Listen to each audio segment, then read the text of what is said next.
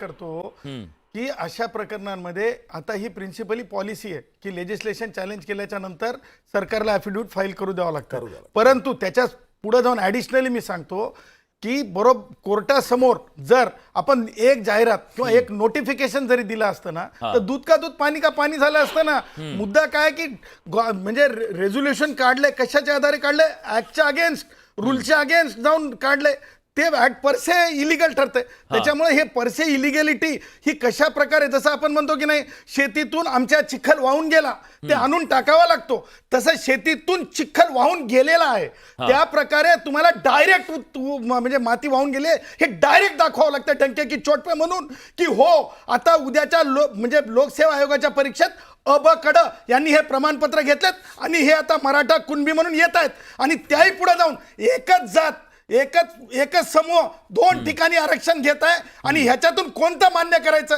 कारण मी काल एका ट्रिब्युनलमध्ये होतो, ट्रिब्युनलचे मुख्य सरकारी वकील मला असं म्हणत होते सदावर ते करायचं काय, एका समूहातले लोक EWSI घेऊन येतात प्रमाणपत्र, 10% मराठा आरक्षण घेऊन येतात आणि त्यापुढे जाऊन हे कुणबी मराठा म्हणून सुद्धा घेऊन येतात. हे किती डोक्याला त्रास झालेला आहे. सांगायचं तात्पर्य एक जर तुम्ही थेट उदाहरण जेव्हा कोर्टासमोर येईल मी तुम्हाला सांगतो 48 तास लागतात फक्त, तेव्हा उदाहरण लागतंय. आणि तेच माननीय न्यायमूर्ती नरेश पाटलांच्या कोर्टात ठरलं होतं. त्यावेळेस वकील सरकारच्या वतीने सावंत साहेब होते, are you going to hold your hands or not, त्यावेळेस hold I am holding my hand म्हणावं लागलं होतं. तशा प्रकारचं उदाहरण घ्यावं लागलं. योगेशजी पटकन तुमचं